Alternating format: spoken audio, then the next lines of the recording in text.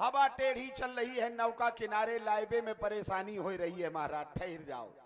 अरे बड़े अच्छे लग रहे हैं, छोटे छोटे सुकुमार, ऐसा लगता है मानो बाबा नहीं बाबा बन के आए हैं। बिल्कुल ऐसा लग रहा है जैसे मंदिर से सीधे चले आए हो।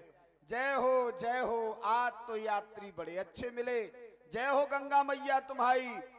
भैया थोड़ी देर ठहर जाओ, हम नौका लेके आपके पास आए रहे हैं। मेरे घाट से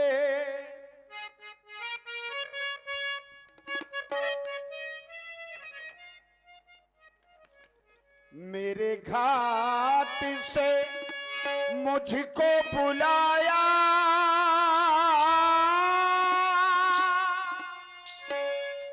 मैं दौड़ा चला आया पर नैया नहीं लाया हो।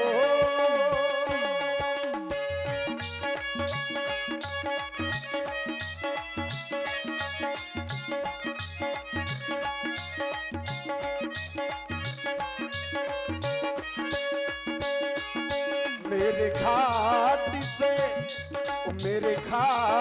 से मुझको बुलाया, मैं नैया नहीं लाया पर दौड़ा चला आया हो।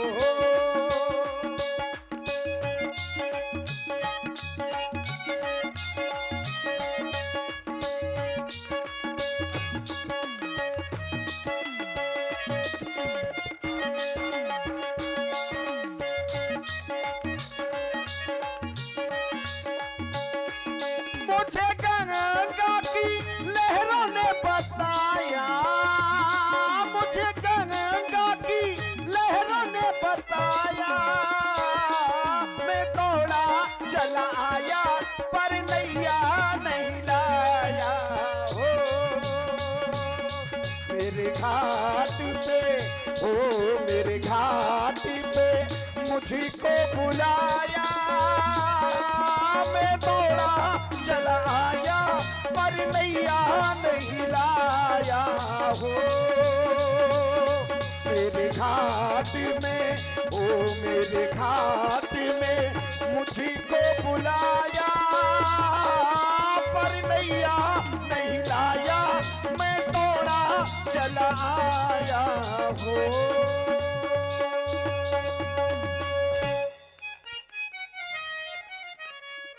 बोलिए गंगा मैया की जय हो भैया, जय हो। हम ही इस घाट के केवट है महाराज, हम केवट यही घाट के, हम ही इस घाट के केवट है महाराज। हम केवट यही घाट के, ये साचे चतुर सुजान, दूर रहते महाराज जी करो स्वीकार प्रणाम।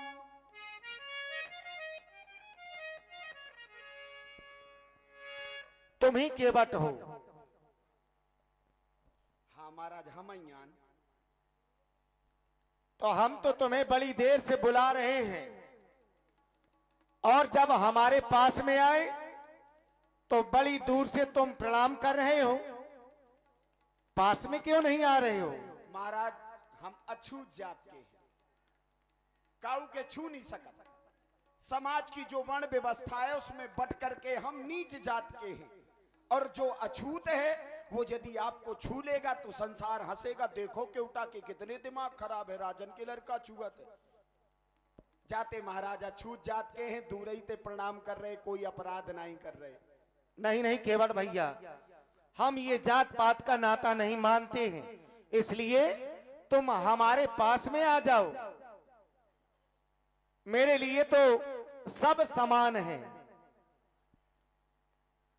धन्य है प्रभु, लेकिन जब बात अपने ससुर साहब के और बता देते तो और अच्छी बात हो जाती। कौन? जाकि छोटी बड़ी जात आप नहीं मानते, अगर जात बात आप अपने ससुर जी के बता देते तो और अच्छी व्यवस्था हो जाती, संसार से ये वर्णीय व्यवस्था खत्म हो जाती।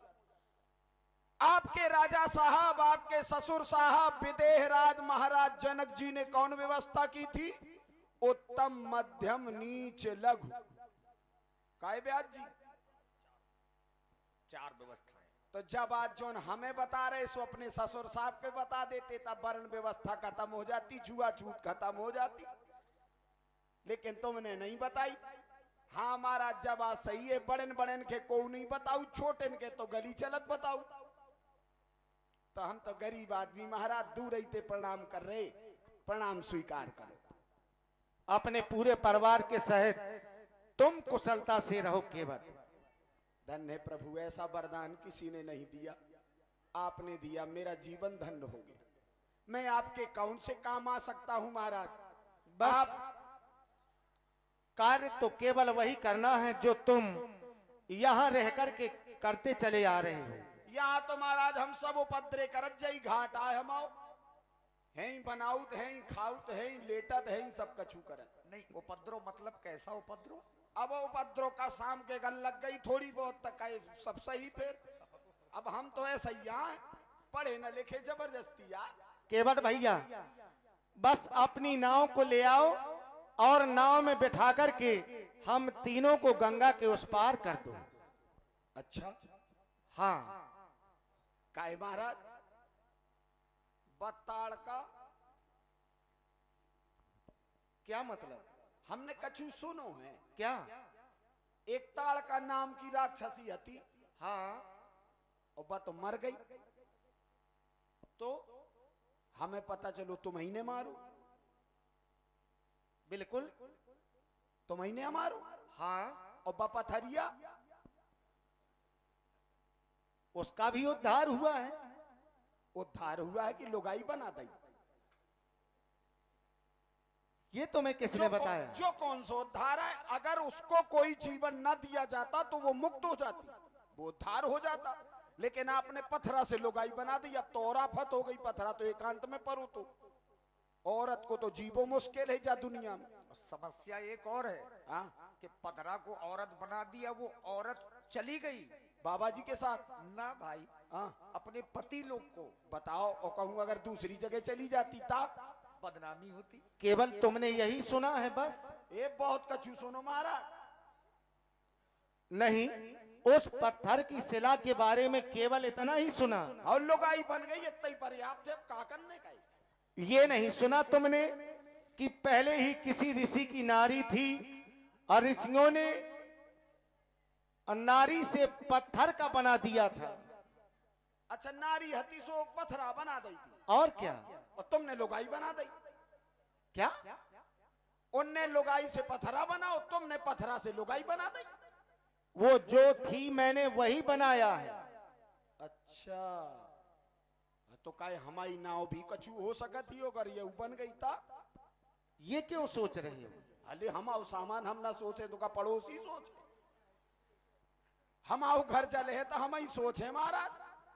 अगर जब नाव हमारी बदल गई, कछु को कछु बन गई, तो रोजी रोटी तो हमारी गई। ये तो ठीक कह रहे हो। और कहूं बीच में अगर बन बिगड़ गई सो तुम हो गए। बिल्कुल ठीक है। जाते हैं महाराज, जब तुम्हारी चरणन की धूल हमें न सोहाई। तुम्हारे चरणों